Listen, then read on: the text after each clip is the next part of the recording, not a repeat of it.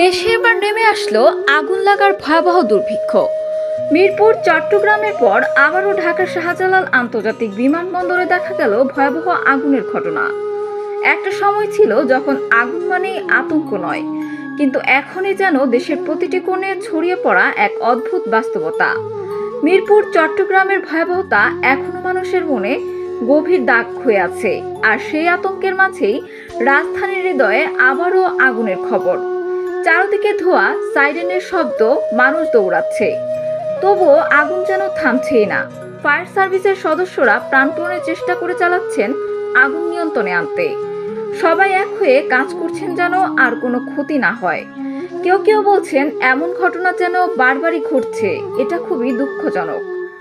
আরেকজন বলছে আমাদের আরো সচেতন হতে হবে, নিরাপত্তা ব্যবস্থার নজর দিতে হবে।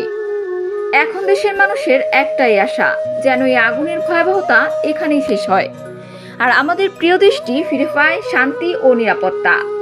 আজকের এই আগুন শুধু এক জায়গায় নয়, এটা যেন পুরো জাতির মনের ভেতর জ্বলে ওঠা এক ব্যথা। আসুন সবাই দোয়া করি যেন আগুনের এই দুর্ভিক্ষ শেষ হয়, আর আল্লাহ আমাদের দেশকে রক্ষা করেন সব বিপদ থেকে।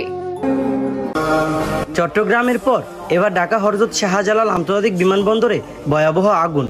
কালো ধোঁয়ায় ঢেকে গেছে পুরো ঢাকা শহর। বিমানবন্দরের এই আগুন নিয়ন্ত্রণে কাজ করছে ফায়ার সার্ভিসের 16টি ইউনিট। হে আল্লাহ, যতটুকু শুনতে পেলাম এখনো পর্যন্ত আগুন নিয়ন্ত্রণে আসে নাই।